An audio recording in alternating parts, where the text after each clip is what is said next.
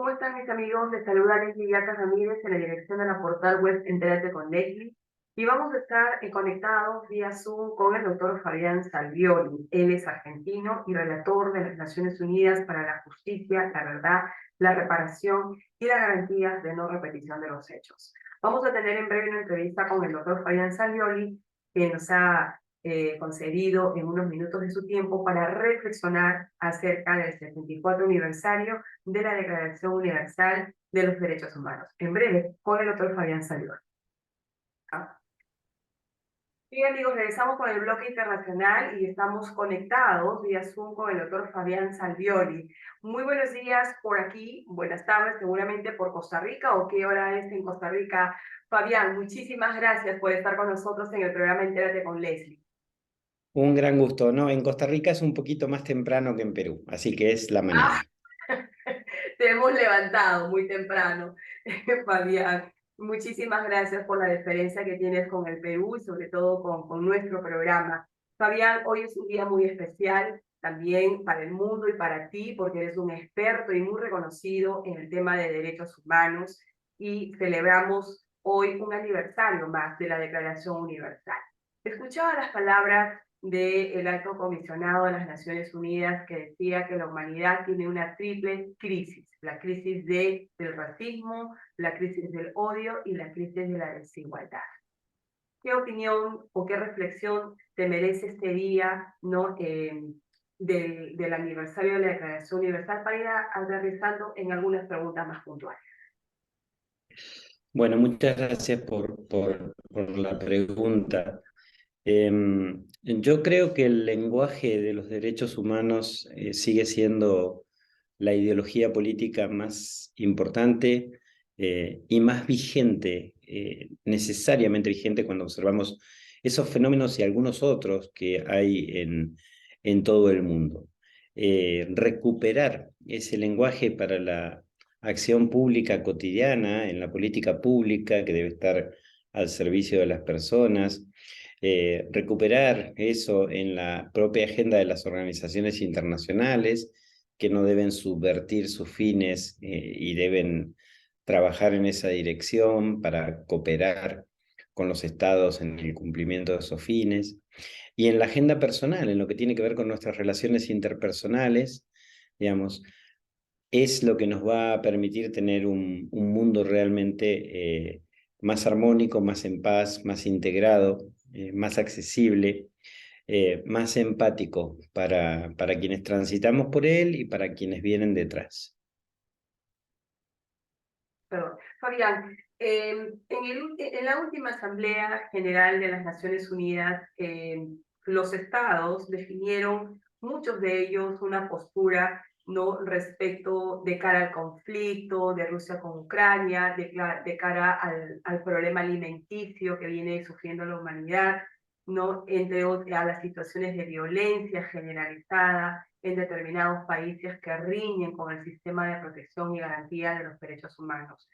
Pero, Fabián, sin embargo, tú tienes una amplia experiencia en el ámbito internacional y lo que yo veo es que la conducta de los estados, ¿no?, el comportamiento de estados a nivel de la comunidad es uno, pero dentro de su jurisdicción muchas veces es otro, o sea, es otra lectura, ¿no? Entonces, esto riñe, ¿no?, la eficacia de la universalidad. ¿Qué podemos realmente hacer en este sentido? Tú has dicho recuperación del lenguaje, ciertamente, pero en este día también escuchaba distintas opiniones hablar sobre la universalidad cuestionada de derechos humanos. Entonces, ¿cómo recuperamos ese lenguaje? ¿Cómo recuperamos o hacemos mayor eficaz esta universalidad de la que se proclamó hace 74 años? Cuestionar la universalidad de los derechos humanos es cuestionar a los derechos humanos en sí mismos. Digamos, si no son universales, pues ya no son derechos humanos, porque nos deben pertenecer por el solo hecho de ser personas. Siempre hay que tener mucho cuidado detrás de esos cuestionamientos, porque en realidad lo que esconden no es discutir una cuestión teórica, sino tratar de minar, sobre todo la supervisión en materia de derechos humanos. Okay.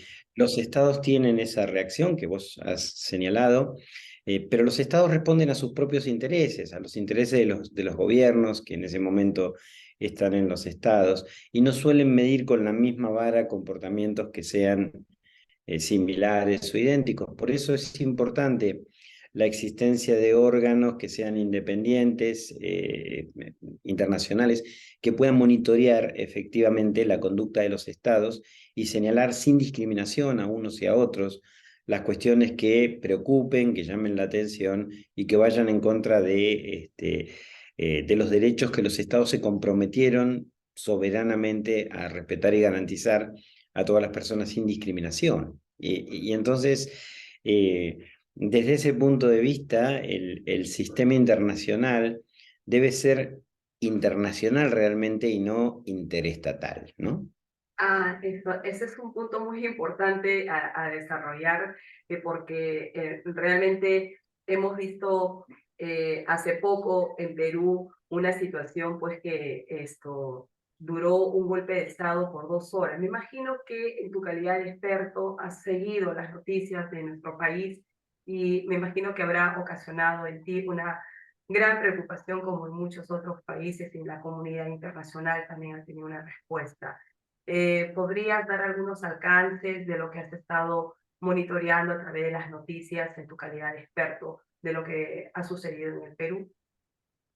Sí, claro, soy una persona que se interesa por lo que sucede en los países, independientemente del trabajo concreto de mi relatoría, que no se refiere Ujú, necesariamente a esta temática. ujú, Eh, pero obviamente lo he seguido con mucha preocupación, sigo viviendo lo que sucede en nuestra región, con mucha preocupación. Yo creo, Leslie, y esto lo hemos conversado en alguna vez contigo también, que eh, la recuperación de las democracias en nuestro continente ha sido importante, pero que aún nos falta el funcionamiento de una democracia sustancial. Es decir, la democracia no puede limitarse a la formalidad de un voto cada X cantidad de años, sino que luego las instituciones deben funcionar democráticamente, debe haber real separación de poderes, debe haber independencia de los poderes y los poderes deben ser independientes en el sentido, por ejemplo, del Poder Judicial, independiente de todo otro poder, incluido poderes económicos, etcétera, etcétera. El Congreso debe ser la expresión de la voluntad del colectivo del pueblo. Hay que encontrar puntos en común y no divisiones antagónicas. Todo eso nutre a una democracia. Esa polarización de la cual vos mencionabas más temprano, que eh, hacía un poco el alto comisionado para los derechos humanos en su diagnóstico, a mí me preocupa mucho, me preocupa sinceramente mucho en el mundo. Hay que pensar de que siempre creemos de que lo que nos ha pasado es lo peor que nos pasó, pero no necesariamente. Así se pensó cuando se salió de la Primera Guerra Mundial. Nadie creyó que 20 años después de empezaría. todo lo que se había vivido, iba a venir una segunda. Entonces, Era peor, exacto. fue peor, Entonces, devastadora.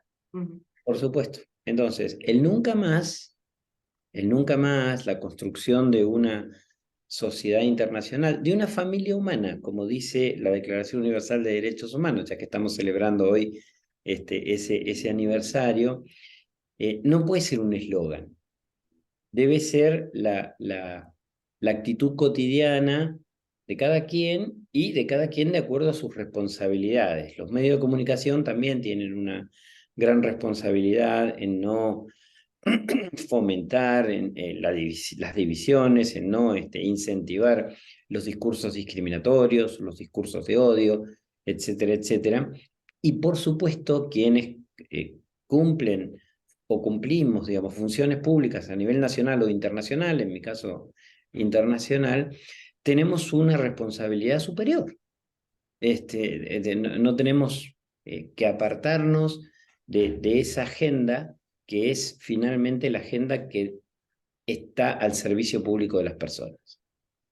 Sí, Fabián, comparto mucho contigo todo lo expresado y parte de lo que acabas de sostener es lo que hemos vivido también en el Perú, ¿no? Desde la función pública se han estado haciendo discursos de odio, de división, de discriminación entre las personas, ¿no? Entonces, hemos vivido cerca de más de un año y medio, ¿no?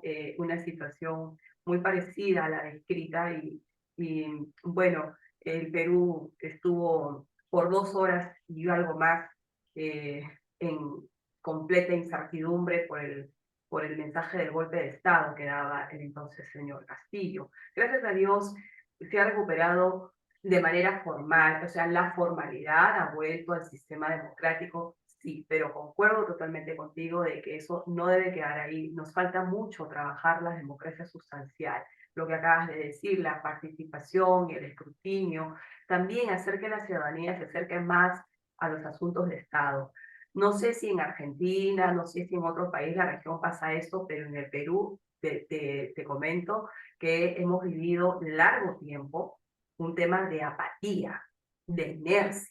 O sea, la ciudadanía no ataba ni desataba frente a cosas que pasaban y que eran tan evidentes. Eso también es preocupante porque es también el desgaste de un conjunto de personas frente a desilusiones, decepciones de sus representantes. Eso también creo, Fabián, es lo que nos falta trabajar, me imagino, en la región, ¿no? Para que podamos fortalecer la verdadera democracia a la que tú acabas de señalar.